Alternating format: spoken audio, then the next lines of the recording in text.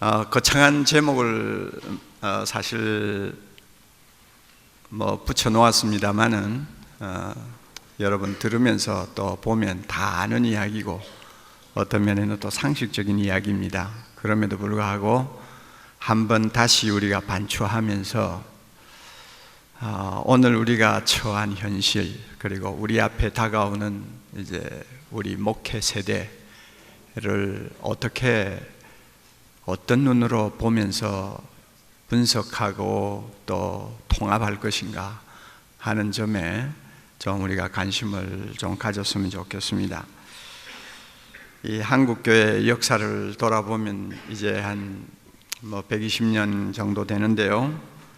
여러 가지 과정을 우리가 나누어 볼 수 있습니다. 1884년 알렌 선교사가 우리 한국에 발을 들여놓은 이후부터 시작해서 한 46년 동안은 기독교가 뿌리를 내리는 기간이었고, 또 제1차적으로 하나님의 축복을 받아서 부흥을 하던 시기였습니다. 우리 모두가 잘 알죠?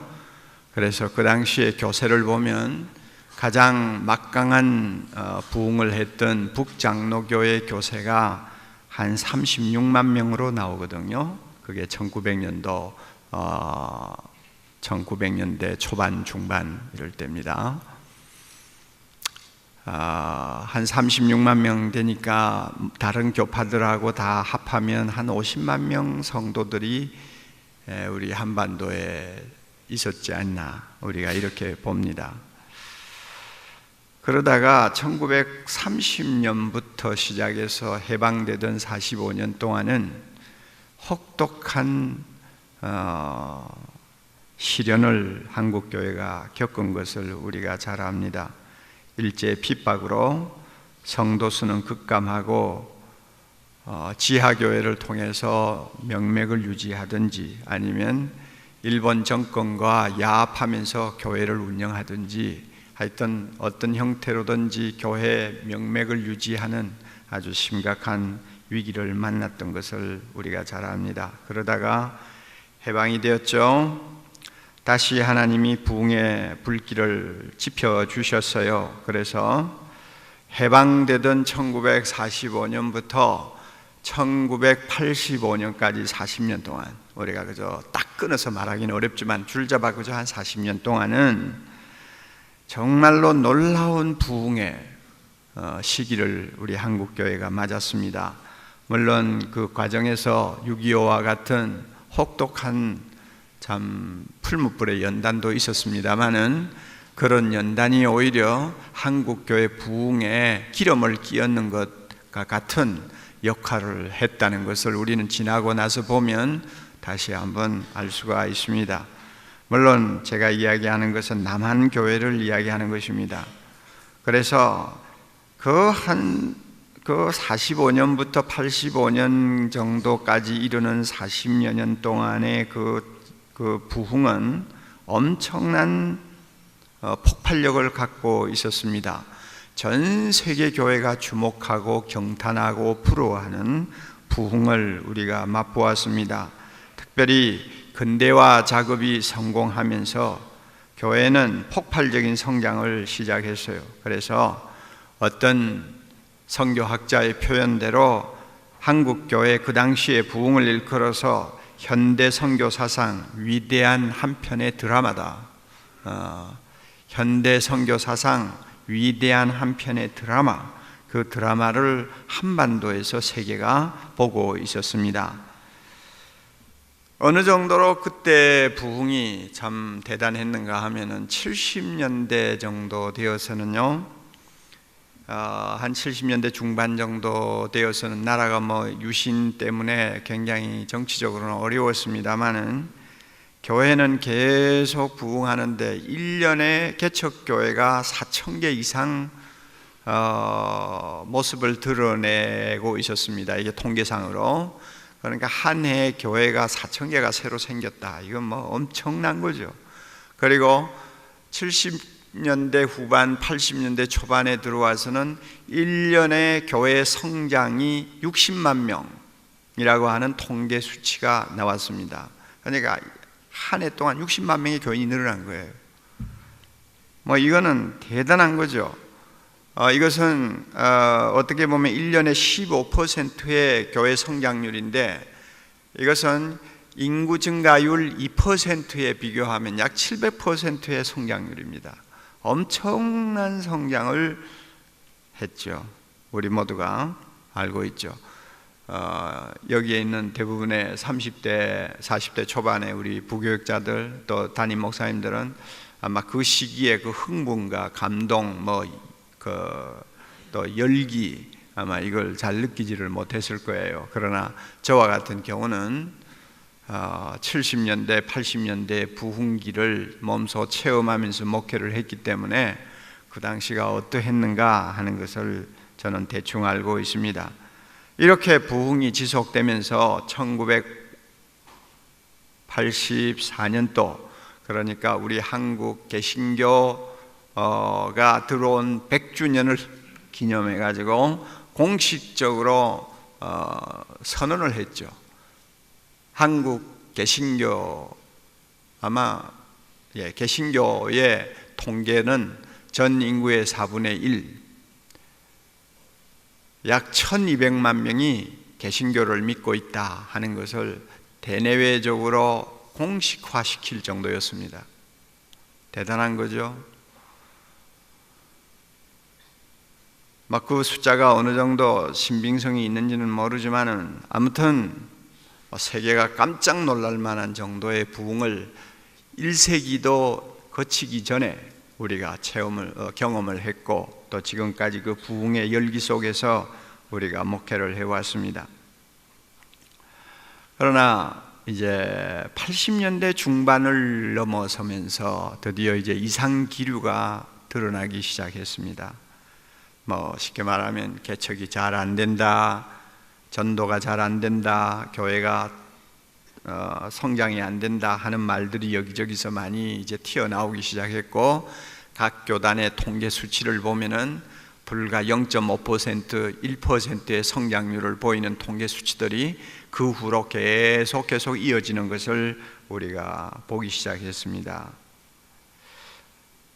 왜 이런 현상이 일어났을까? 여기에 대한 여러 가지 학문적인 평가도 있고 또 사회적인 평가도 있습니다만은, 한 가지 분명한 사실은 침체기에 접어들었다 하는 것입니다. 80년대 중반이 지나면서 침체기다, 교회가 성장이 안 된다 하는 소리를 듣기 시작했는데 벌써 20년의 세월이 흘렀어요. 그런데 이 20년 동안 지금 그 분위기를 벗어나지를 못하고 있고, 여러분은 어떻게 느낄지 모르지만 저 자신이 느끼기에는 점점 더 나빠지고 있지 않나, 이런 생각을 할 정도입니다. 침체라는 말 속에는 단순히 통계 수치만을 이야기하는 거 아닙니다. 교인 수가 안 는다, 전도가 안 된다, 이런 통계 수치만을 이야기하는 게 아니고, 이 폭발적인 성장이 가져다 준 후유증으로 인해서 생긴 심각한 질병이 교회 안에 있다는 것입니다. 그러니까 교회가 수적으로도 감소되면서 동시에 금방 치유하기가 어려운 병을 앓고 있다는 이야기입니다. 이 말들을 전부 묶어서 침체라는 단어로 표현을 하는 것 같아요.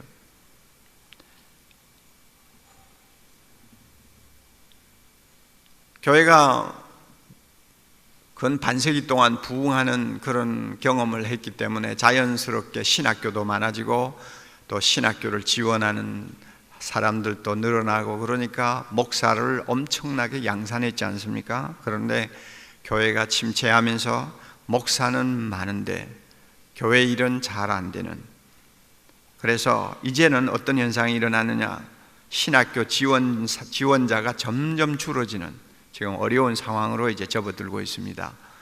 저는 거짓말이라고 들었는데 실제로 신학교 관계하고 있는 분들, 여러 교파교 관계하는 분들 이야기 들으니까 계속 지원자 수가 감소 추세에 있다고 그래요. 그렇게 되면은 아마 얼마 지나지 않아서는 시장 원리에 의해서 신학교가 문 닫는 데도 생길 것이고, 나중에는 여러 가지 면에서 부작용들이 일어나겠죠. 이런 여러 가지 악화된 상황을 우리가 지금 눈앞에 두고 있습니다. 그리고 우리가 이렇게 어려워진 상황을 극복해야 되는 책임을 지고 목사가 되었고 전도사가 되었습니다. 이런 차원에서 우리는 하나님 앞에 좀 더 겸손하고 또 회개하는 심정으로 현실을 바로 분석하고 진단하고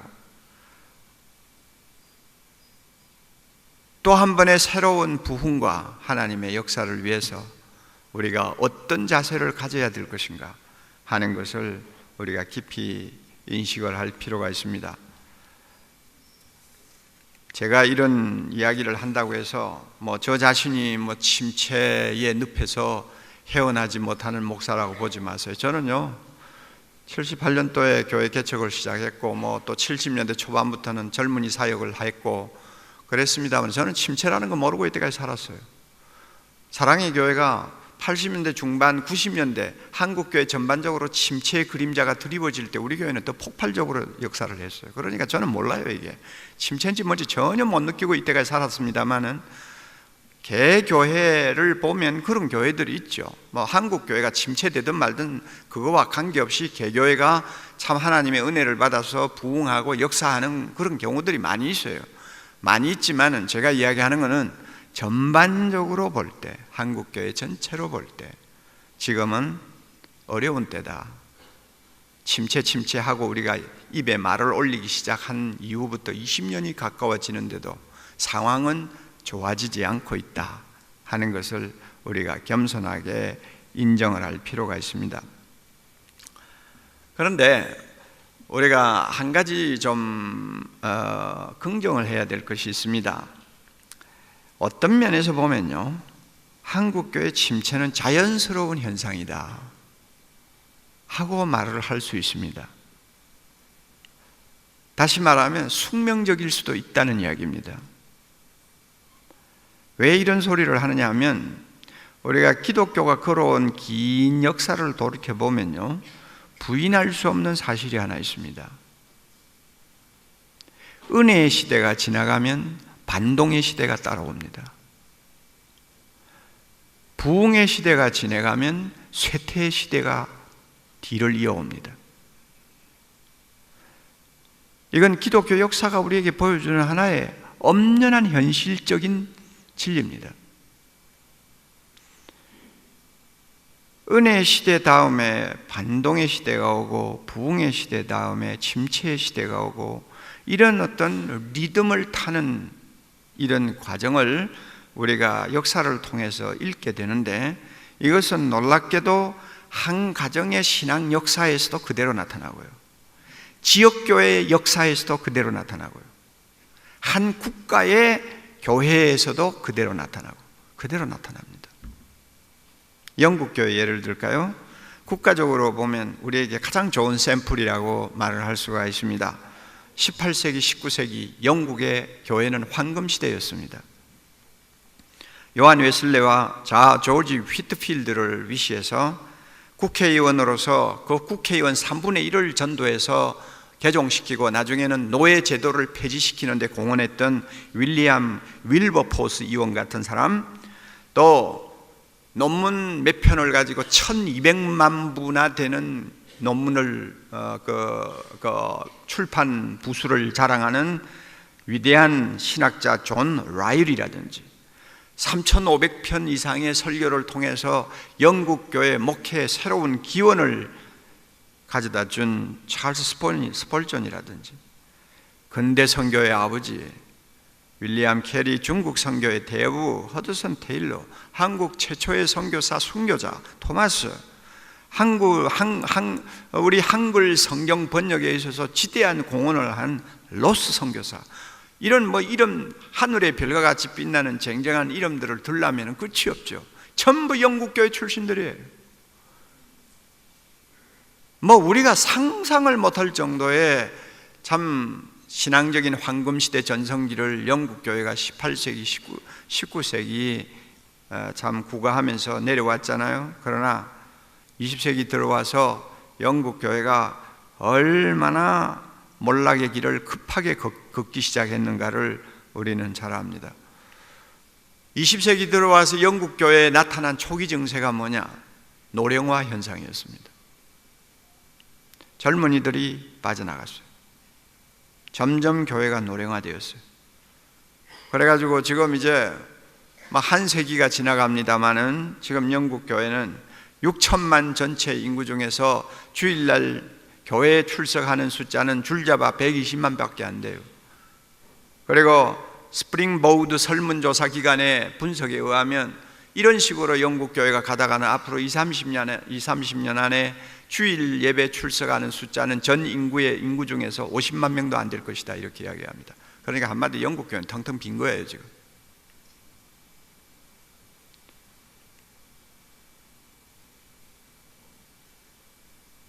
한때에 화려한 부흥을 겪은 교회가 국가적으로도 그 다음에는 쇠퇴의 길을 걷기 시작하는 것, 이것은 어떤 면에 숙명적일지도 몰라요.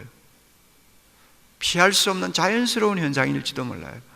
이런 현상이 지금 우리나라에 찾아오지 않았나 하는 생각을 한편으로는 하는 거예요.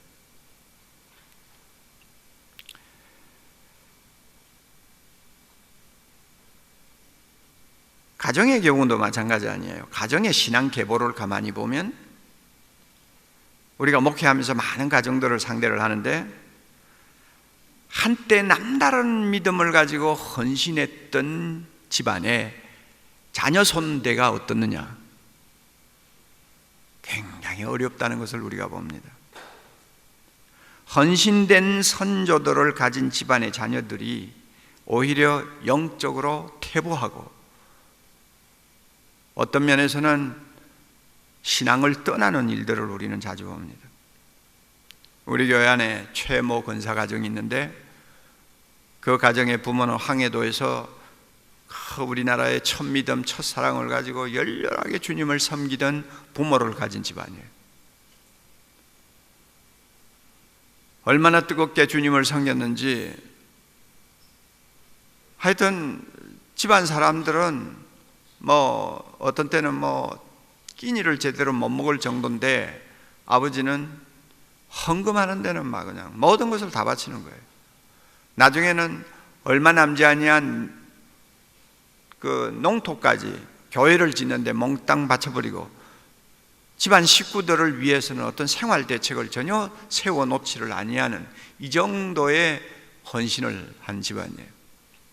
거기에서 자녀들이 반감을 가졌습니다. 그래서 그 자녀들이 전부 다 교회를 떠나버렸어요. 그러니까 우리 교회 최 권사님은 수십 년 교회를 떠나서 제 마음대로 살다가 나중에야 이제는 다시 회개하고 돌아온 케이스죠. 이런 그 집안에서도 한 세대가 은혜의 시대를 구가했다면 그 다음 세대는 은혜로부터 탈락하고 아니면 병들어버리는 이런 사태를 우리가 많이 보잖아요. 주일학교 들어가 보세요. 제일 골치 아픈 아이들이 누구 집 아이들이에요? 중고등부, 대학부 들어가 보세요. 제일 반들반들한 놈들이 누구 집 애들이에요? 알잖아요. 그 교회에서 그래도 자타가 알아주는 믿음 좋은 부모를 가진 집안의 자녀들.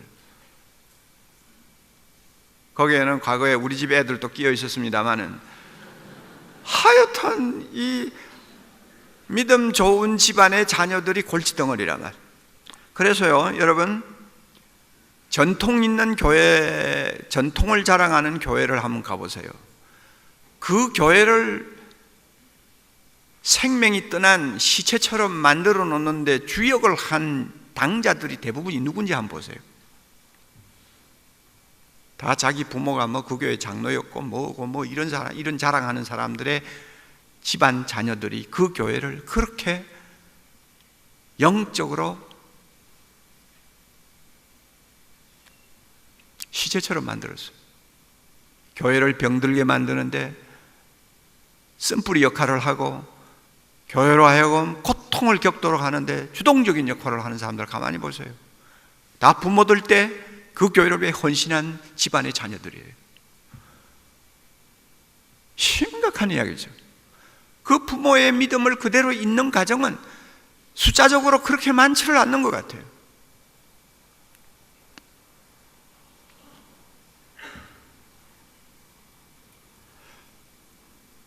뭐 여러분들 교회는 적어도 이 집회에 참석할 정도의 그래도 어느 정도 좀 활기를 가진 교역자들이 심우하는 교회는 크게 걱정이 안 된다고 제가 봅니다만은 우리 눈에 띄지 않는 구석구석에 기가 막힌 교회들 많습니다.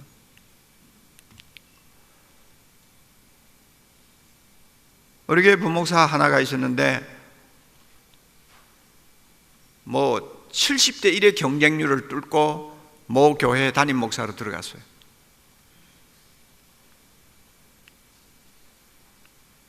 뭐 사이즈는 불과 뭐 200명, 200~300명 미만의 교회입니다만은 그래도 서울에 있는 교회인데,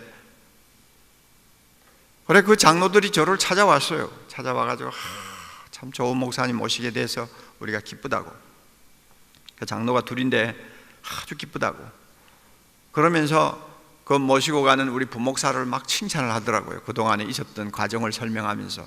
그래서 야, 이 목사 가면 참 목회 재미있게 하겠구나, 참 교회가 달라지겠구나, 뭐 잔뜩 기대를 했는데 지금 간지 11개월 됐는데 쫓겨났어 지금.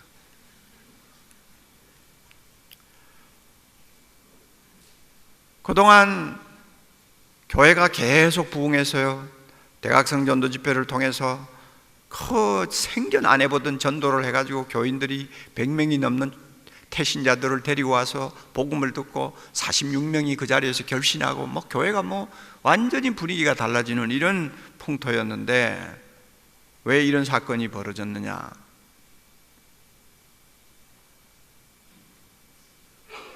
장로 두 사람이 목사하고 파워게임을 한 거예요.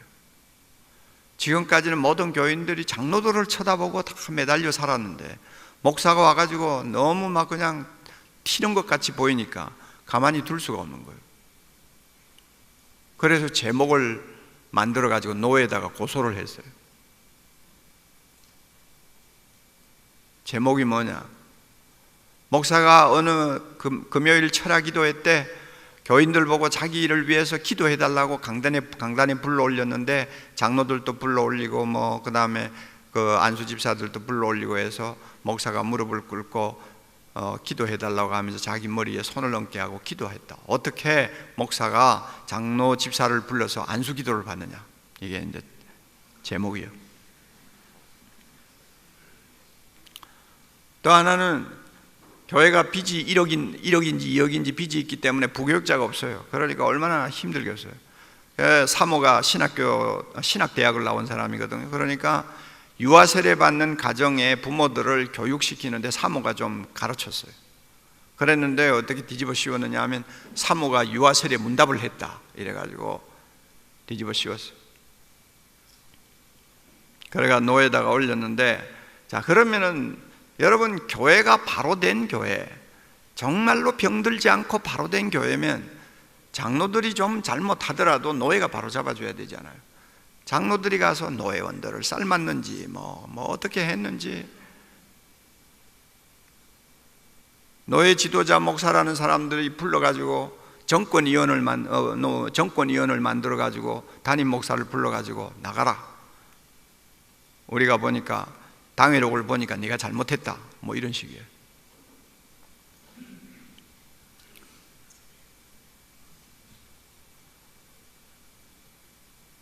그리고 자네는 사랑의 교회에서 배운 대로 목회한다고 하지만 사랑의 교회 좋은 교회 아니다. 사랑의 교회는 전국적으로 남의 교인들 훔쳐가지고 부흥한 교회, 그런 교회는 좋은 교회가 아니다.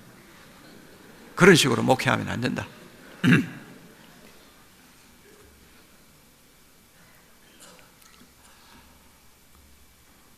여러분 세상에서도 이런 일은 없습니다. 이런 일은 없어요. 이렇게 비신사적이고 상식이하고 이런 데가 없어요. 여러분 한국교회 이런 비슷한 병을 앓고 있는 교회가 내가 볼 때 80%는 된다고 봐요. 얼마나 심각한지 아세요? 이런 교회에 교회에 이런 무서운 질병, 영적 침체, 영적 암흑기 시험에 빠지도록 하는 일에 주도적인 역할을 한 사람들 보면 다 선조 때 신앙생활 잘해서 그 교회에서 인정받아 가지고 자식들이 장로되고 권사된 사람들이에요.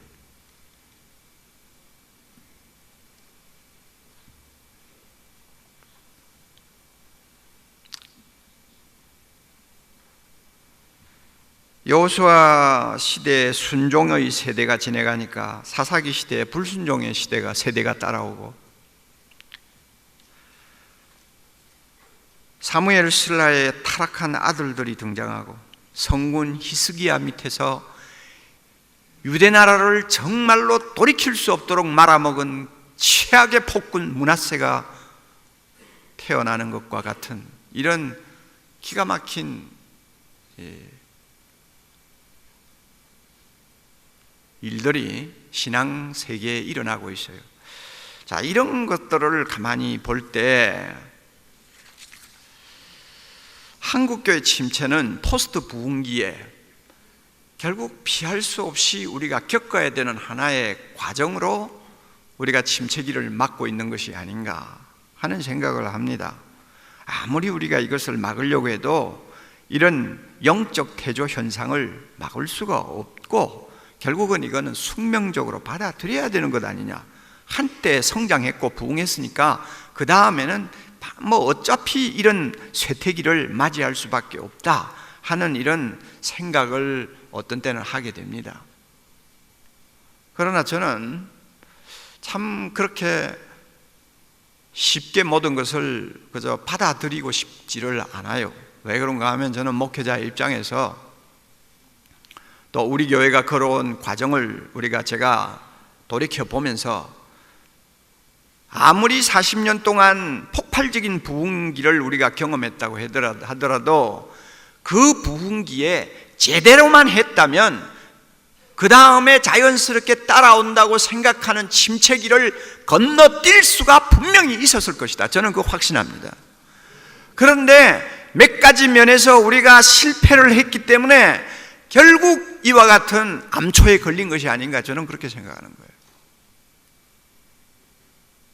따라서 지금 비록 시간이 늦었지만은 지금이라도 우리가 정신을 차리고 그동안 교회 부흥기를 우리가 거치면서 등한히 했던 부분들을 엄밀히 냉정하게 검토해서 지금이라도 바로 잡으면 이 침체기를 벗어나는 일을 우리가 좀 벗어나는 이 좀 은혜를 다시 한번 입을 수 있다고 하는 것이 저의 확신이에요. 이런 면에서 우리 오늘 한두 가지 좀 생각하고 싶어요. 부흥 다음에는 침체기가 오기 마련이다 하는 이런 이론을 자연스럽게 우리가 받아들이기보다는 우리가 조금만 더 잘했더라면 부흥기를 계속 이어나갈 수 있었을 것이고, 또 침체기가 왔다 하더라도 금방 건너뛸 수가 있었을 텐데 우리가 근본적으로 중요한 것을 놓쳤기 때문에 이와 같이 어려운 지금 상황을 목전에 두고 있다고 하는 겸손한 반성, 회개, 이것이 우리 모두에게 필요하다고 생각합니다.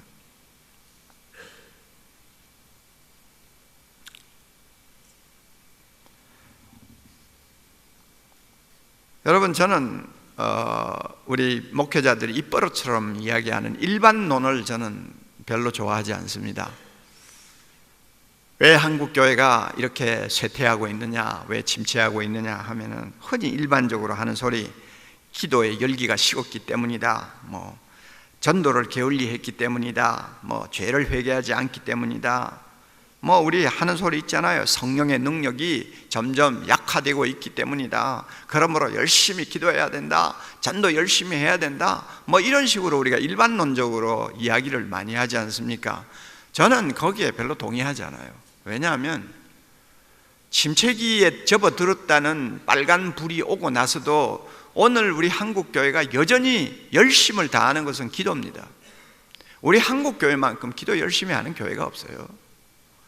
그래도 열심히 전도하려고 애를 씁니다. 날마다 성령의 은혜를 얼마나 우리가 사모하고 두 손을 들고 하나님을 향해서 부르짖습니까? 우리가 다 한단 말이에요.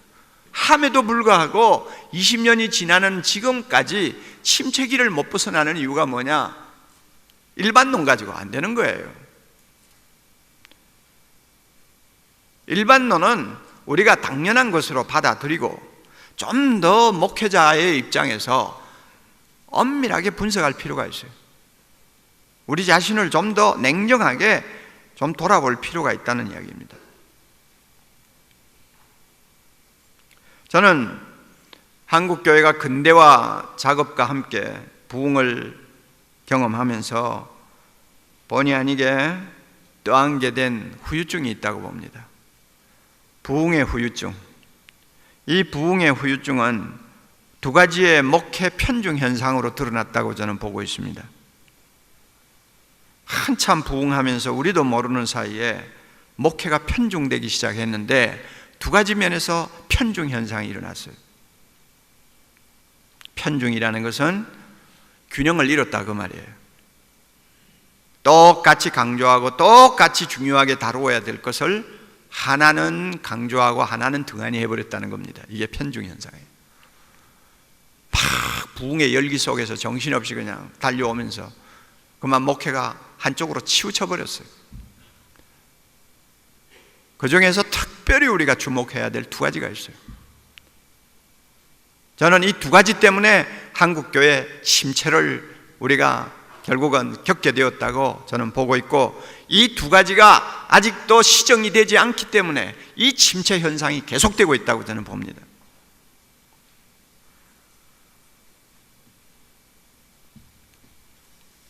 첫째는 설교와 훈련 중에서, 설교와 훈련 가운데서 우리는 본의 아니게 설교 쪽으로 편중해 버렸습니다.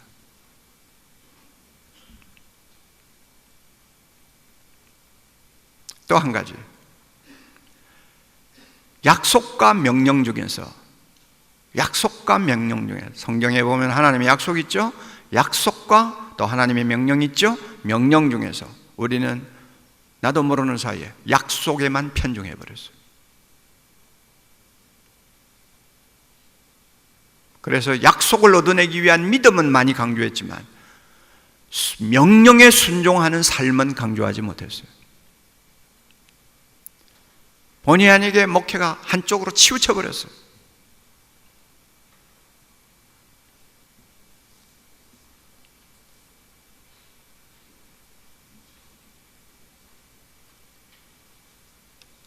이런 일로 인해서 설교와 훈련 가운데서 설교에 편중됨으로써 목회가 본질에서 벗어나기 시작했고, 그 다음에 약속과 명령 가운데서 약속에만 매달리는 목회를 하다가 보니까 교회가 도덕적인 권위를 잃어버렸어요.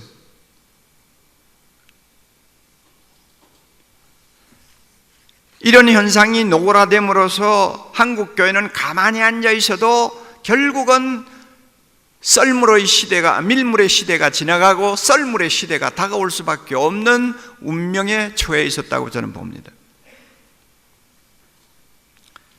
자, 우선 설교와 훈련을 놓고 왜 제가 편중이라는 말을 쓰는지 한번 생각을 해봅시다.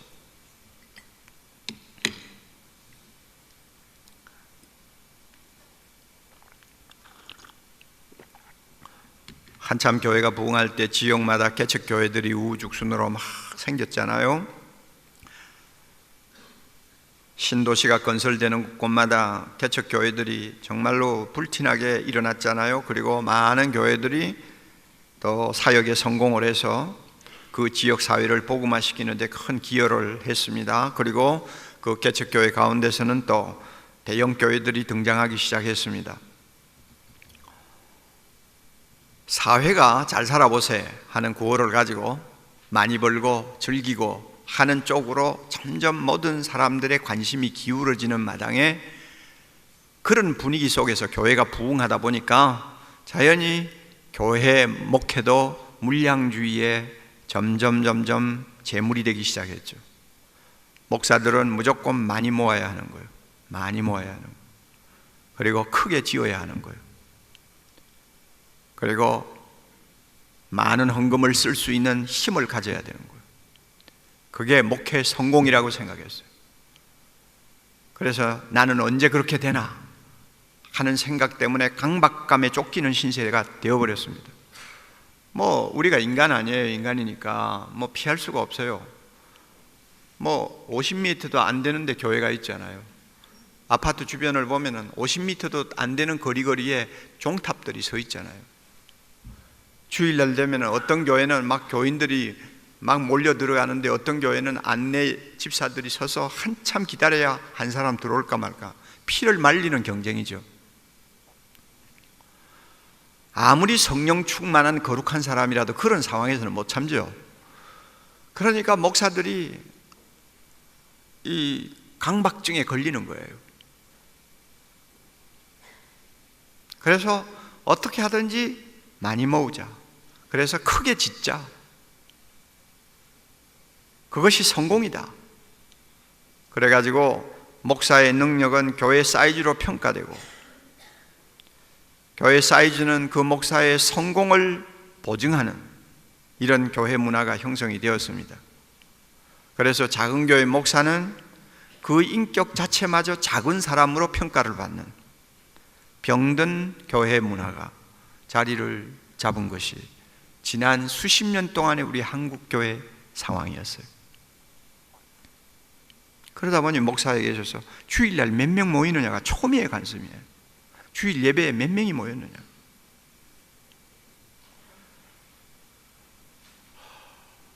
언제부턴가 한국교회 통계는 우리 한국 통계 중에서 제일 믿을 수 없는 통계로 전락을 했죠. 알 수가 없는 거예요. 왜 목사들이 그렇게 됐어요? 세지를 않아요. 적당히 때려 그냥 이야기를 해요. 그러니까 100명이 모이는지 200명이 모이는지 감을 잡을 수가 없어요. 교회마다요. 대부분이 그래요. 그래서 유명한 말이 있잖아요. 교회 성장을 연구하는 기관에서는 교회 통계를 알아보는 방법, 각 교회마다 부목사 중에 전부 간첩을 하나씩 다 넣어가지고 뒤에서 다 실제적으로 세도록 만드는 거예요. 그래가지고 그 부목사들이 주는 소스를 종합해가지고 이야기를 한대요. 내가 물으니까 그러더라고요. 이 기가 막힌 이야기예요. 기가 막힌 이야기예요. 그러니까 이건 뭘 의미하느냐, 우리가 알지도 못하는 사이에 물량주의에 빠져가지고 어떻게 하든지 많이 모으는 것이 그냥 초미의 관심사가 되다 보니까 목회가 주일 예배가 제일 중요한 사역이 돼버린 거예요. 그래서 다른 것은 다 안 되더라도 주일 예배에 막 그냥 많이 모였다 하면은 막 그것으로서 그 목회를 평가할 수 있는 절대 기준으로 인정을 해버리는 거예요. 이게 오늘날 한국 교회 목회 문화입니다. 그러다가 보니까 청중 동원에 효과가 있다고 하는 방법이면 신학적으로 성경적으로 별로 가리지 않고 그대로 받아들이는 상황이 일어났습니다. 이렇게 되니까 몇 가지 현상이 두드러지게 나타났죠. 목회 자체가 예배 일변도의 목회로 굳어지기 시작한 거. 그래서 목회자가 일주일 내내 하는 것이 그냥 예배 준비, 그죠? 예배를 몇 개 드리는 그것을 위해서 목회자가 뛰는 것, 이것이 목회 전부로 그냥 착각할 정도로 목회 일변도의 상황이 나타났습니다. 목회 일변도로 빠지니까 설교 만능주의가 등장합니다. 설교 한두 편 가지고 그 성도들의 영적인 요구를 다 채워준다고 하는 착각을 하는 거예요. 설교를 잘하는 목사일수록 이런 착각에 빠져 있어요. 그래서 내 설교 하나만으로도 교인들은 영적으로 충분히 자양분을 공급받고 신앙생활 제대로 할 수 있다고 하는 나름대로의 착각에 그냥 빠졌어요. 설교 만능주의에 빠졌어요. 그래서 작은 모임이든 큰 모임이든 앉기만 하면 설교를 해야 되는 거예요.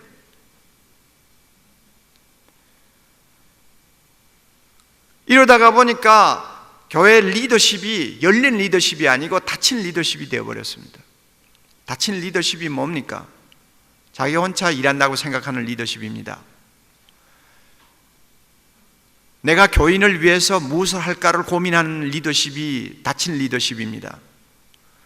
열린 리더십은 나는 교인들과 함께 무엇을 할 것이냐, 함께를 생각하는 것이 열린 리더십인데, 설교 만능주의에 빠지고 항상 예배가 목회라고 생각하는 목회자는 전부 자기가 주도를 하니까 내가 교인을 위해서 어떻게 목회해야 될 것이냐, 교인을 위해서 자기 혼자 일하는 것처럼 착각하는 리더십에 빠져 있어요. 이게 닫힌 리더십이거든요.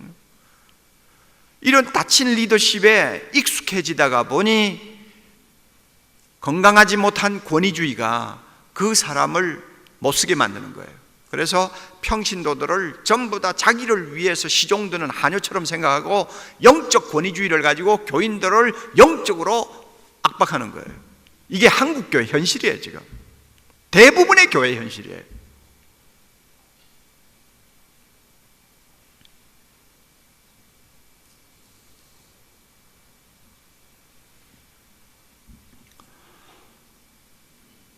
자, 이런 교회 풍토에서는 평신도를 평가하는 기준이 예배입니다. 예배가 됩니다. 자, 저 교인 참 좋다. 목사가 참 저 사람 좋다. 앞으로 주목해야 되겠구나. 쓸만하겠구나. 뭘로 평가합니까?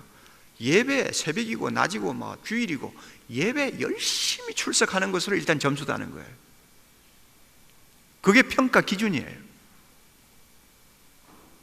그리고 이 사람이 점점 이제 예배 시간에도 앉는 좌석이 앞쪽으로 다가올수록 점수는 더 따는 거예요.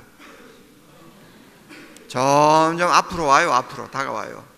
그래가지고 한 1년, 2년, 3년 지나고 나면 항상 예배 10분 전에 와서 제일 앞자리에 앉아서 경건하게 기도하고 있습니다. 목사가 쏙지요. 반하지요. 그런 사람 보면. 거기에다가 점수를 좀 더 따려면 설교 들으면서 고개 몇 번 끄덕이고 손수건 한두 번 끄집어내서 좀 눈물 닦고 이러면 목사는 핵 갑니다. 이제는 핵 가요. 이게 그 평신도의 영적 성숙도를 평가하는 유일한 기준이에요. 예배 일변도에 빠지고 그러다가 보니 설교 만능주의에 젖어서 설교 한 편 가지고 모든 성도들을 영적으로 인도한다고 생각하는 목사, 그래서 그 교회에서 사역하는 사역의 권위는 자기 혼자 갖고 있다고 생각하는 목사, 그 목사가 목회하는 교회는요, 결국 그 교회 성도들의 영적 수준은 결국 예배를 통해서 예배 출석도, 설교를 얼마만큼 열심히 듣느냐, 이런 것들을 가지고 그 교인을 평가해 버립니다. 자, 그 정도 끝나면 괜찮아요. 그 정도 끝나면 괜찮지만은 나중에 그 사람을 인정하고 장로 세운다, 권사 세운다, 안수집사 세운다 했을 때 그 다음에 따라오는 사태들은 여러분이 잘 아실 거예요. 장로 되기 전에 앞자리에 앉아서 손수건 꺼내 눈물 닦던 사람이 아니라는 것, 장로 된 후에 2년만 지나면 금방 알죠. 그것은 한 가지 쇼였다는 것도 어떤 때는 드러나죠.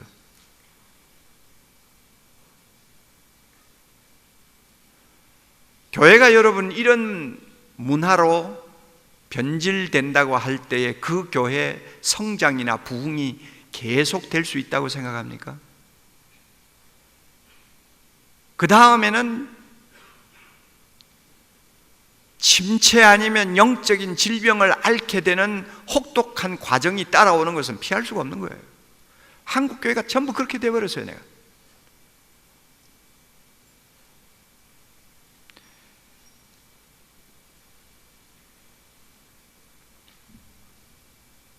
자, 이렇게 보세요.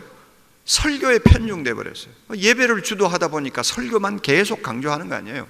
설교 하나 가지고 모든 영적인 요구를 다 채워준다고 생각하잖아요. 그러면 이게 결국 편중된 목회거든요. 내가 설교를 제가 조금이라도 등한히 하는 사람 아니에요. 설교만큼 중요한 거 없습니다. 그런데요, 주님은 우리 보고 설교하라고 그러지 않았어요. 제자를 만들려고 그랬어요. 제자를 만드는 방법은 내가 너희에게 분부한 모든 것을 가르쳐 지키게 하랍니다. 지킬 때까지 가르치라는 거예요. 훈련하라는 거예요. 훈련하라는 거예요. 말씀이 인격과 삶을 변화시키는 데까지 가라 그 말이에요. 주님의 명령이에요. 그래서 사도 바울도 목회할 때 어떻게 했습니까? 각 사람을 하나님의 말씀으로 가르치고 교훈하고 권면하면서 그 각 사람 하나하나를 예수님 닮는 온전한 자로 만드는 데다가 자신의 모든 것을 바쳤다고 골로새 1장에 이야기하고 있잖아요. 이게 목회입니다. 그러므로 목회는 설교와 훈련의 균형을 잡아줘야 돼요. 다시 말하면 하나님께 경건한 예배를 드리는 것과 교인 하나하나를 주님이 원하는 사람을 만드는 것과 두 가지가 병행할 수 있도록 균형을 잡을 수 있도록 목회를 해줘야 돼요. 그래서 교인들이 영적으로 훈련을 받아서 변화가 일어나고 성장하고 나중에는 주님을 닮아가고자 하는 열정을 가진 작은 예수로 계속 변화되면요, 그 사람을 통해서 예배가 살아나고 그 사람들을 통해서 설교가 더 설교다운 하나님의 역사의 말씀이 되고, 그래서 교회가 건강해지는 거거든요. 그런데 우리가 많이 모으기 위한 예배에만 신경을 곤두세우고 그러다가 보니 설교에만 매달리고 이러다가 보니까 교인 하나하나를 하나님의 말씀대로 훈련시키는 것을 그냥 옆으로 밀쳐놔 버렸단 말이에요. 편중된 목회 아닙니까? 균형을 잃어버린 목회 아닙니까? 이렇게 된 목회는 반드시 그 다음에 문제를 안게 되는 것입니다.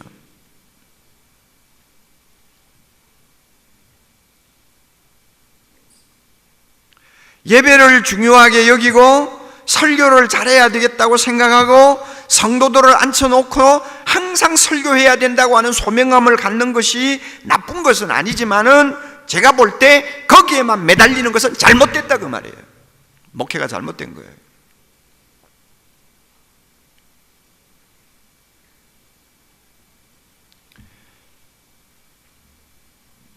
여러분 냉정하게 생각하세요.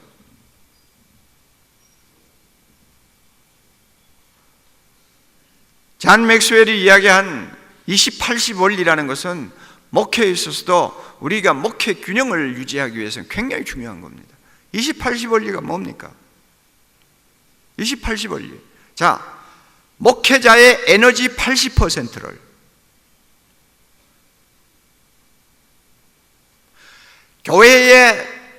교회의 재정적인 능력 80%를 그 교회 안에 있는 20%의 사람들을 훈련하는 데 투자하라.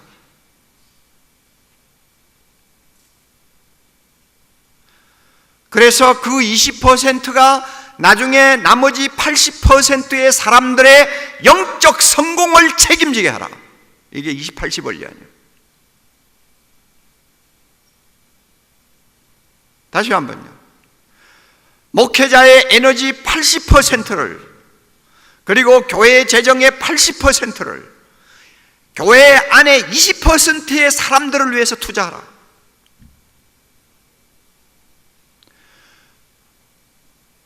그런 투자를 통해서 훈련된 그 20%가 나중에 나머지 80%의 사람들의 영적 성공을 책임지도록 하라. 이게 20-80의 원리란 말이에요.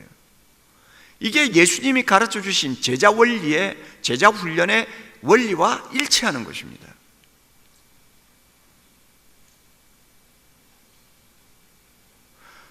사람을 키우고 사람을 만드는 데 투자하는 목회, 이것이 교회를, 시대를 뛰어넘어 계속 건강하게 만들 수 있고 침체를 벗어나든지 침체를 최소화시킬 수 있는 유일한 방법이라는 것을 주님이 말씀을 통해 가르쳐 주었단 말이에요.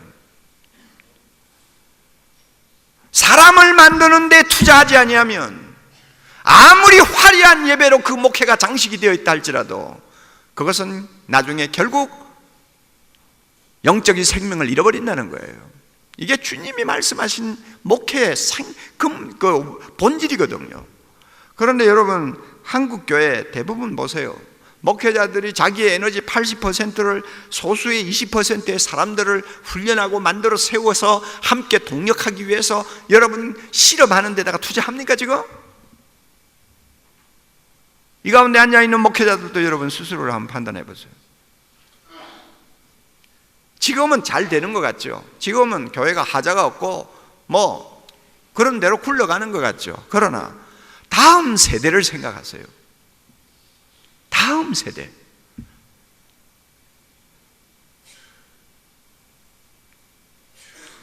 설교와 훈련이 균형을 잡아서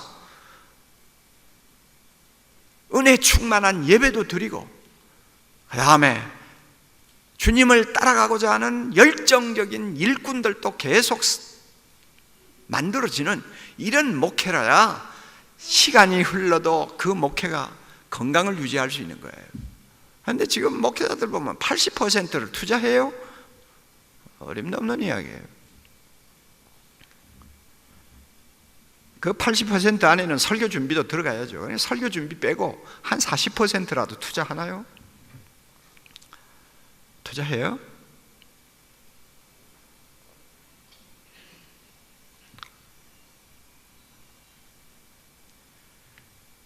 날마다 신방이나 가가지고 대접이나 받을 생각만 하고, 나오면서 봉투 하나 주면 막 신이 나가지고 콧노래 부르고 말이야. 이런 썩어 빠진 목회자의 양심을 가지고 목회를 하는데 교회가 그래 얼마나 지탱을 할 것 같아요.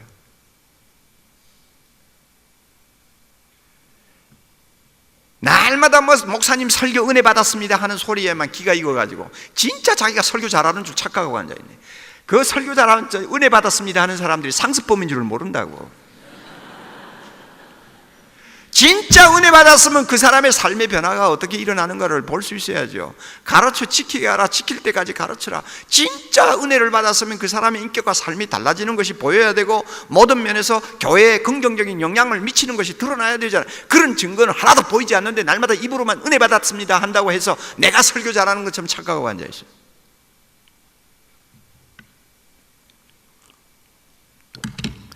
재미있는 예화 한두 가지를 해가지고 온 교회가 막 그냥 배꼽을 쥐고 웃고 그냥 분위기가 환히 밝아졌다고 해서 은혜 받은 줄로 착각하는 멍청이 같은 인간들. 이 가운데 내보다 나이 많은 사람 없어요. 그러니까 말이 심해도 양해하세요.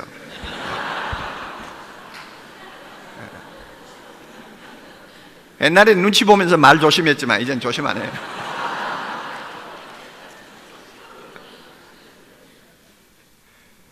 순진해도 한참 순진해. 순진해도 한참 순진해.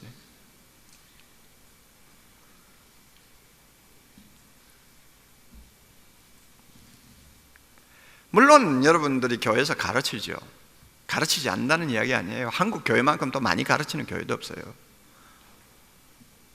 설교 외에도 뭐 가르친다고 프로그램이 얼마나 많아요. 그러나 제가 볼 때 설교 만능주의에 빠져있는 목사, 예배가 제일 중요한 사역이 되어버린 목회에서는요, 가르치는 것은 전부 다 비상격이 되어버립니다. 다른 교회에서 하니까 나도 해보는 거예요. 그리고 그렇게 가르치는 그 가르침이 자연히 변질될 수밖에 없어요. 무엇을 놓고 제가 변질됐다고 이야기하는가 하면, 대부분의 가르침이 얼마나 알게 만드느냐 하는 지식의 목적을 두고 있어요. 성경을 얼마만큼 많이 알도록 하느냐, 지식에다가 포커스를 맞추고 가르치기 때문에 이 가르침으로 인해서 오히려 긍정적인 것보다도 부정적인 요소가 더 많이 드러나고 있어요. 한국 교회는 많이 가르쳐 놓고 손해보는 교회입니다. 여러분 그거 아세요?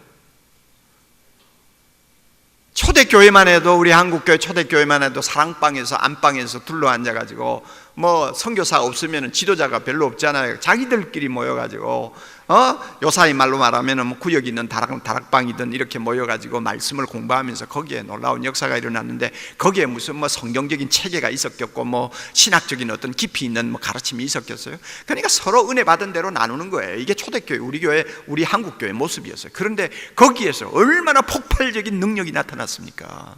왜? 거기에는 가르침의 목적이 변화해 주셨어요. 배우면 배우는 것만큼 사람이 변했어요. 삶이 달라졌어요. 예수님을 알면 하는 것만큼 그 사람의 인격에 놀라운 능력이 나타났어요. 그러므로 불교와 유교의 찌들린 가정들이 회개하고 돌아오는 역사들이 계속 연일연냐 이어진 거예요. 그러나 그 시기가 지나고 나서 한국 교회가 폭발적인 성장을 경험하면서, 그러다가 보니까 큰 교회 만들자는 야심에 들뜬 목회자들 때문에 열심히 가르치는 프로그램들은 많이 끌어들였지만 모두가 다 그저 사람들에게 얼마나 많이 아느냐를 테스트하는, 그것을 목적에 둔 머리를 향해서 방맹이질을 하는 교육에 전부 다 치중을 해버렸어요. 그리고 그 사람들이 배운 말씀대로 어떻게 사느냐는 별로 관심이 없어요. 과정을 거쳤느냐가 중요한 거지. 이렇게 가르침이 인격과 삶의 변화에 깊은 영향을 주지 못했고, 또 그 변화를 통해서 생활 전반에 긍정적이고 생산적인 영향력을 끼치지 못하게 되었기 때문에 가르쳐 놓고 손해보는 한국교회가 되어버렸습니다. 그래서 흔히 말하기를 평신도는 많이 가르칠수록 안 좋다, 머리에 뿔이 난다 그래요. 많이 가르칠수록 머리에 뿔 난다. 그러므로 뿔이 나지 않도록 잘 가르쳐야 된다. 나와 가장 가까이 지내는 대형교회 목사가 항상 그런 이야기하고 돌아다니는 사람이에요. 그래서 그 교회는 공식적으로 성도들끼리 모여서 성경 공부 못해요. 그 목사의 말은 일리가 있어요. 가르쳐 놓으면 항상 뿔 나가지고, 뿔 나놓은 다음 뿔이 나면은 목사부터 들어받으니까 왜 그렇게 하느냐 그 말이에요. 그런데 그 목사가 하나 모르는 거 있어요. 잘못 가르쳐서 그런 현상이 일어나는 것인 줄을 모르는 거예요. 성경이 이야기하는 가르침은 머리에 지식을 쌓는 거 아닙니다. 성경이 말하는 가르침은 예수님을 닮아가도록 하는 것입니다. 작은 예수 되도록 하는 데 목적이 있습니다. 그러므로 성경의 가르침은 수단이지 목적이 아닙니다.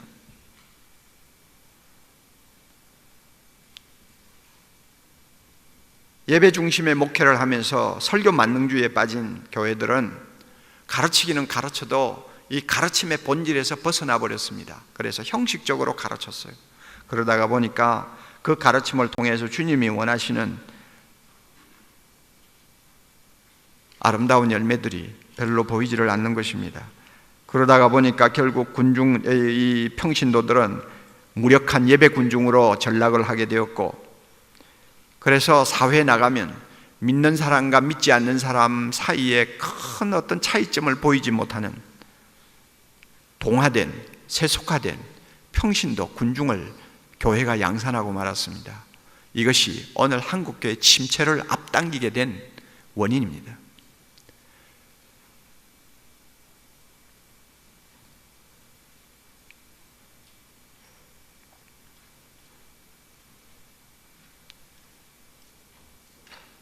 여러분 가운데서는 훈련에 강조를 하지 못하고 있기 때문에 자신의 목회를 합리화시키기 위해서 저의 이야기에 동의를 안 할 수도 있어요. 그러나 이것은 저 이야기가 아니에요. 잘 여러분이 마음에 두고 사귀세요. 속지 마세요. 저는 어저녁에 설교한 권성수 목사님에 대해서 감사한 생각이 있어요. 저분은 유명한 신학자 아닙니까? 신약학자고 뭐 실력으로 따지면 제가 옆에 가 설 수도 없죠. 그 유명한 웨스트민스터 신학교에서 PhD를 받은 사람이니까 뭐 대단하죠. 뭐 저는 거기서 명예신학 박사를 받았지만은 명예하고 PhD하고는 틀리죠.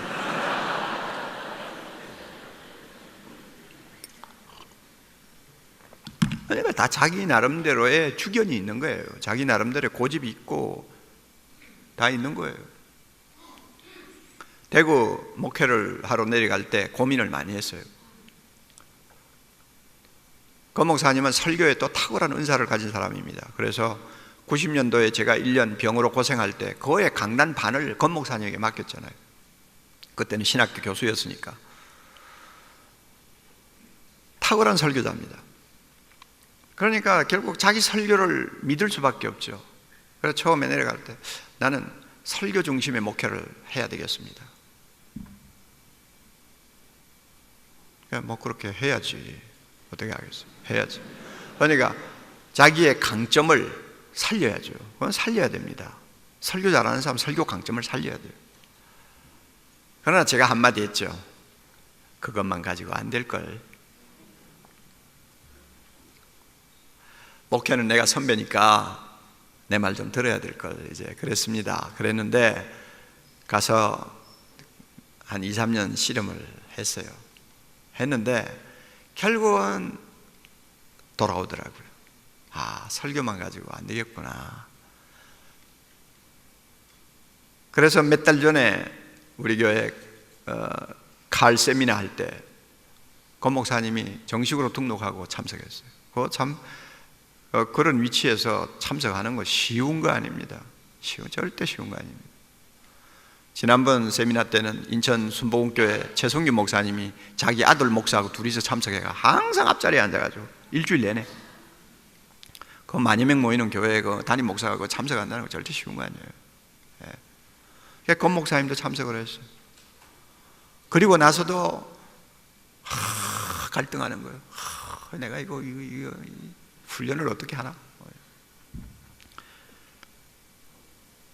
그런데 어제 와가지고 저보고 그러더래요.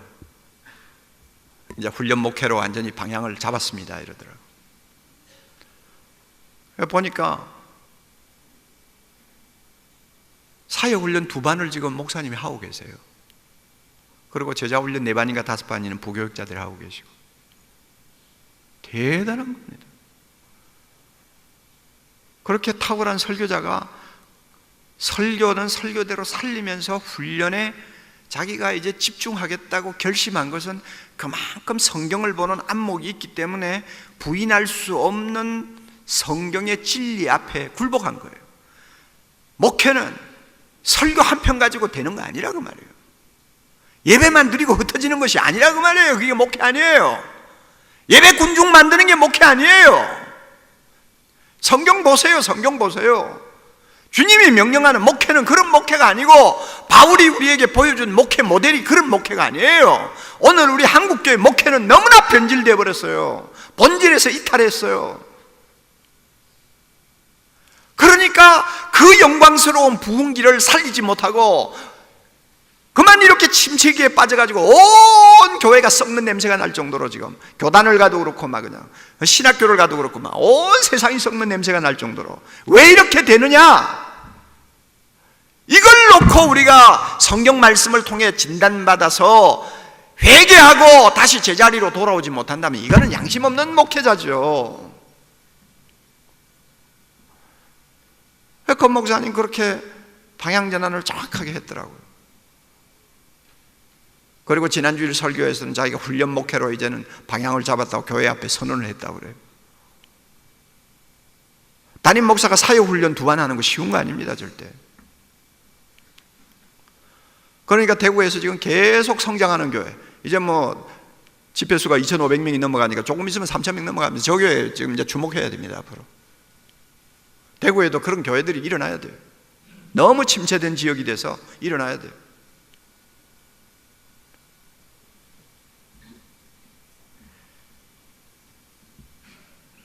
(90년대) 우리 한국에 와서 강해 설교 시리즈 세미나를 자주 해준 영국 선교사 데니스 레인 변호사였죠.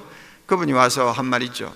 한국 교회 와보니까 꼭 100년 전에 우리 영국 교회를 보는 것 같습니다. 그 말에는 긍정적인 의미도 들어있고 부정적인 의미도 들어있는 거예요. 긍정적인 의미는 100년 전에 영국 교회가 한참 부흥할 때 그 열기를 한국 교회에서 느낍니다 하는 이야기가 있고, 또 하나는 부정적인 의미로 영국 교회가 100년 전부터 한참 부흥하다가 몰락한 것처럼 한국 교회도 그런 운명에 처할 위험이 굉장히 많습니다 하는 경고도 들어있는 거예요.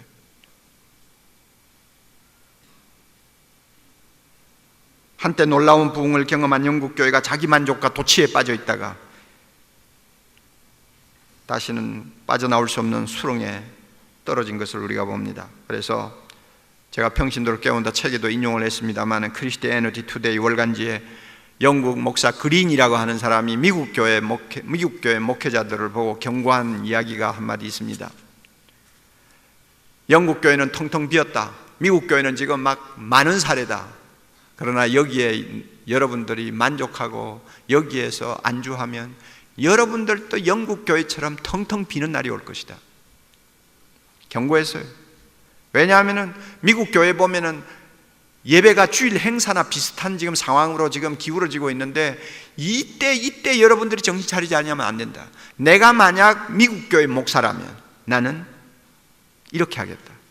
교회 밖에 있는 사람들에게 관심을 기울이고 전도 열심히 하는 것보다 먼저 교회 안에 있는 평신도부터 중생 안 받은 사람은 중생시키고, 영적으로 기반이 약한 자는 기반을 닦아주고, 훈련이 안 된 자는 훈련을 시키는 데다 나는 더 시간을 투자하겠다.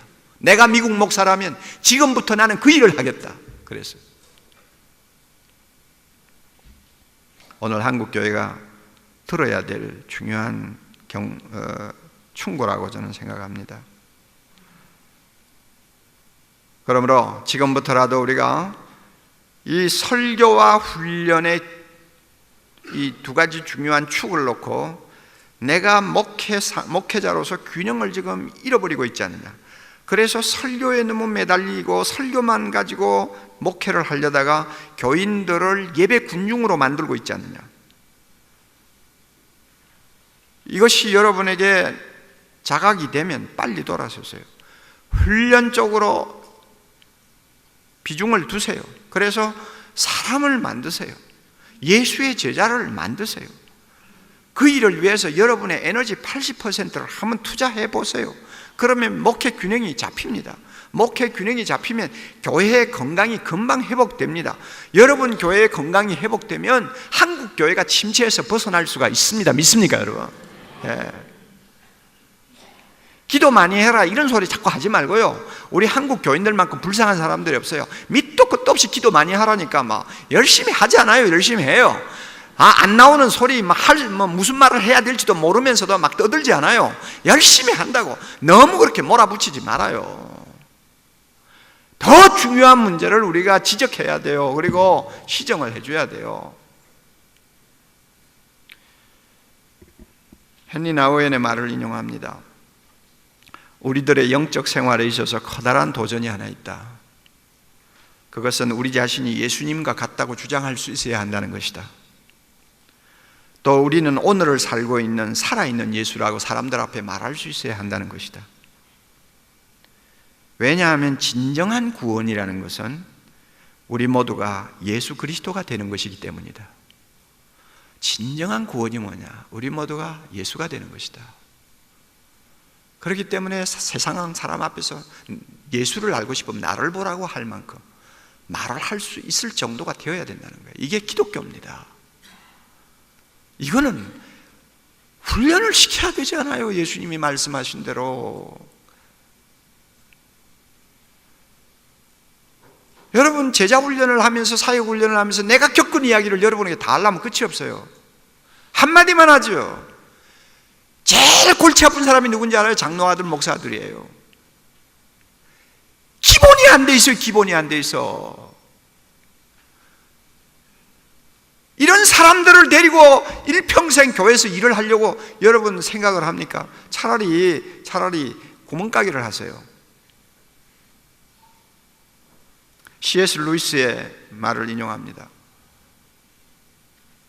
C.S. 루이스 미어 크리스티애니티라고 하는 책이 있죠. 거기 보면 이런 말을 합니다. 교회는 오직 사람들을 그리스도께 이끌어서 작은 그리스도를 만들기 위해서 존재한다.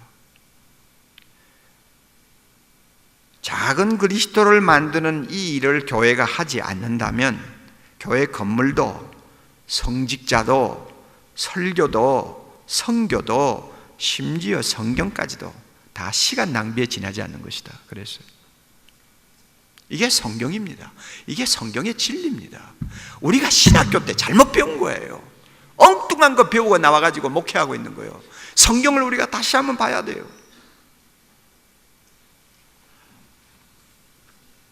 내가 9시 반, 10시 반까지요?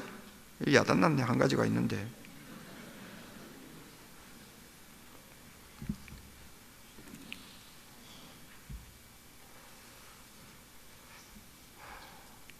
간단하게 정리합시다.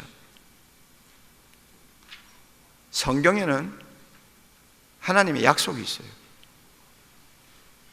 동시에 명령이 있어요.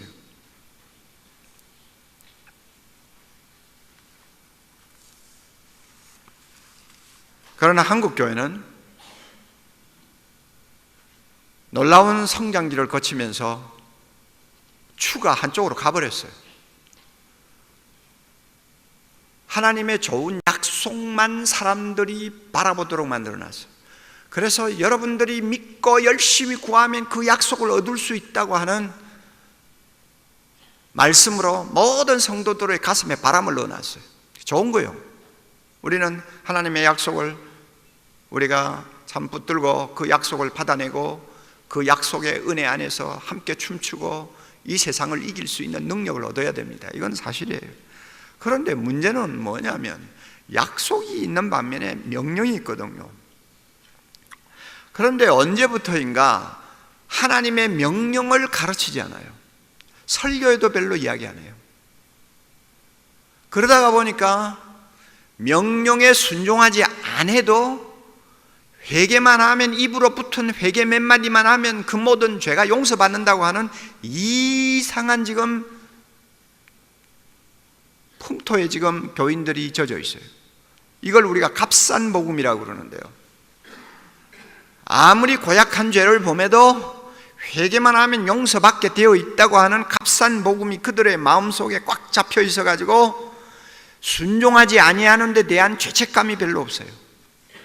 그리고 순종하면서 살아야 되는 데 대한 의무감이 별로 없어요. 오늘 이게 한국교회 현주소입니다.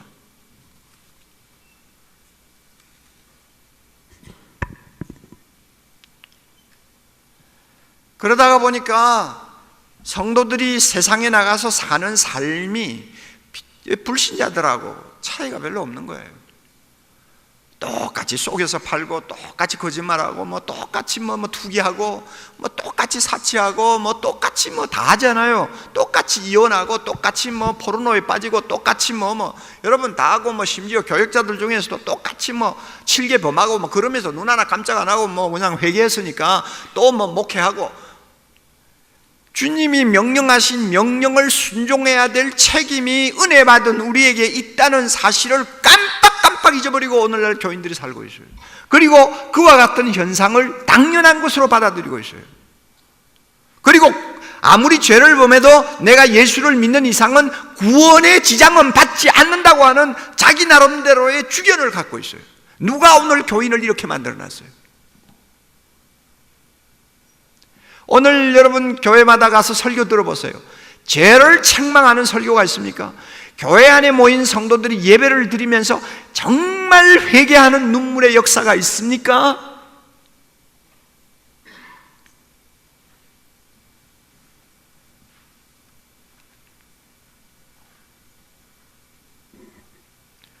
기독교의 본래 모습은 세상의 악에 대해서 확실한 견제력을 갖는 것이고 강력한 치료력을 가진 거룩한 공동체에 있다는 것은 우리가 이미 잘 알고 있잖아요.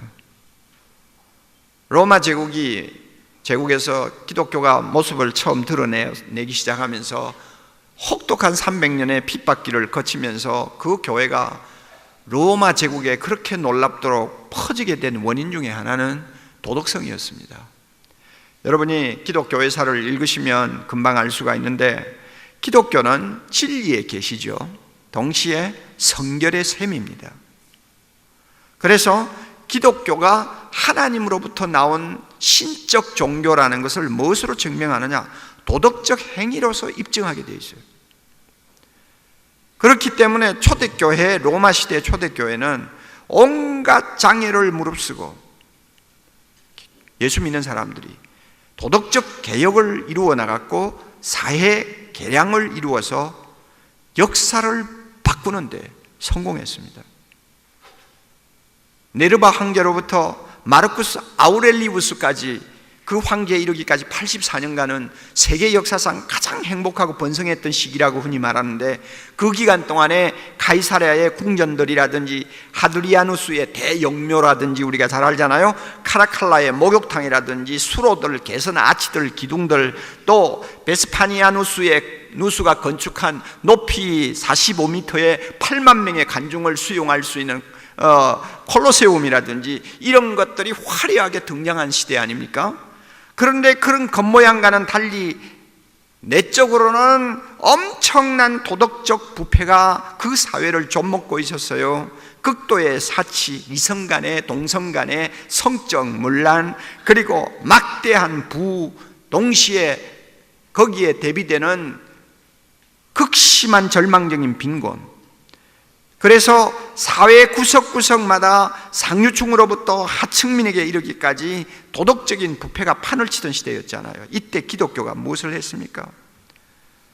나사렛 예수 그리스도를 들고 나오는 이 소수의 박해받는 무리들, 이들은 사회적으로 사람 대우를 제대로 받지를 못하면서도 정절을 근본적인 덕으로 선언하고 여성의 지위를 향상시키고 결혼의 신성성을 주장하고, 그 다음에 여러 가지 악들을 완화시키고 노예제도의 기반을 허물어뜨리고 일부 다처와 축첩에 반대하고 어린이들을 함부로 내버리는 유기하는 습관에 저항하고 피를 흘리는 검투와 서커스를 대적하고 폭력과 억압과 부도덕으로 얼룩진 연극을 대항하면서 싸웠잖아요. 그 결과 우리가 잘 아는 대로 기독교는 사회를 밑바닥에서부터 개혁하기 시작해서 중간 계층과 상류 계층에까지 영향을 미치다가 마침내 콘스탄틴 누스가 황제가 되고 나서부터 법률에 영향을 미치기 시작하여 잔인한 제도들을 하나하나 폐지하기 시작했고, 정의와 인간애가 살아넘치는 법률들이 제정되도록 하는 일에 기독교가 기여했잖아요. 이게 초대교회의 모습이에요. 로마를 정복한 기독교의 원래의 모습이에요. 오늘 한국교회는 이런 도덕적인 권위를 잃어버렸잖아요. 원인이 어디 있습니까? 듣기 좋은 약속의 말씀만 성도들로 하여금 주목하게 만들고, 하나님의 구원의 은혜를 받은 성도들이 순종해야 될 부분에 대해서는 제대로 가르치지 않아서 회개의 소리가 들리지 않는 이상한 교회로 오늘날 변질되어 버린 것이 오늘 한국교회 모습 아니에요.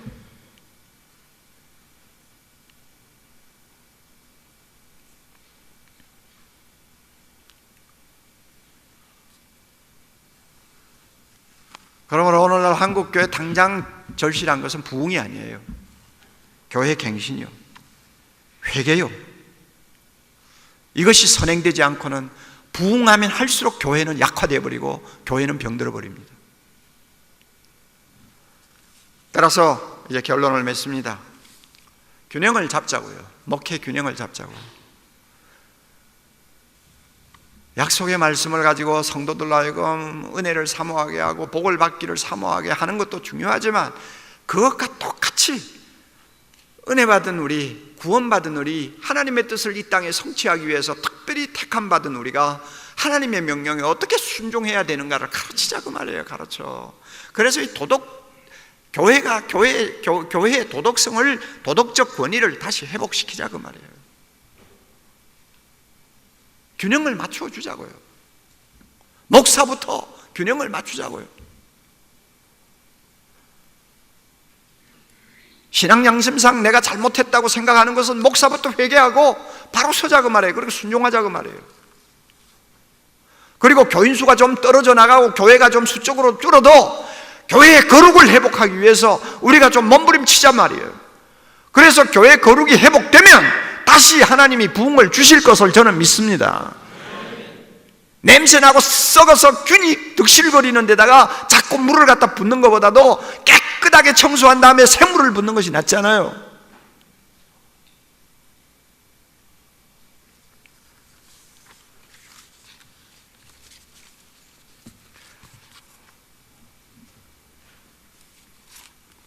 교회 폭발적인 성장 후유증으로 목회 편중 현상이 일어났는데, 설교와 훈련을 놓고 볼 때 우리는 설교 쪽에 너무 편중되고 훈련을 등한히 해서 교회가 오늘날 이렇게 무력한 군중으로 화했다는 것 지적했습니다. 또 하나, 말씀의 약속만 너무 우리가 높이 받들고 명령을 등한히 해가지고 오늘날 교회가 도덕성을 잃어버렸다는 것, 이것이 오늘 우리 한국교회가 침체를 벗어나지 못하는 원인이라는 것을 제가 지적했습니다. 이걸 알면 이제부터라도 우리 모두가 우리가 힘을 모아서 다시 출발해야 됩니다. 이것이 주님이 기뻐하시는 일이요, 이 놀라운 사역이 바로 여러분의 어깨에 있다는 것을 꼭 명심하시기를 바랍니다. 기도하십시다. 하나님, 우리를 도와주시옵소서. 불쌍히 여겨주시기를 원합니다. 정말 불쌍히 여겨주시기를 원합니다. 지금처럼 이대로 있다가 한국교회가 앞으로 어떻게 될지 생각만 해도 가슴이 답답한데, 하나님, 머리 숙인 주의 젊은 종들을 주께서 일깨워 주셔서 우리가 지금부터라도 정신을 차리고 하나님의 말씀이 보여주시는 그 본질대로 목회해서 한국교회 다시 일으킬 수 있도록 해주시고 하나님의 놀라운 역사를 이 땅에 펼 수 있도록 축복해 주시옵소서. 예수님 이름으로 기도하옵나이다. 아멘. 감사합니다.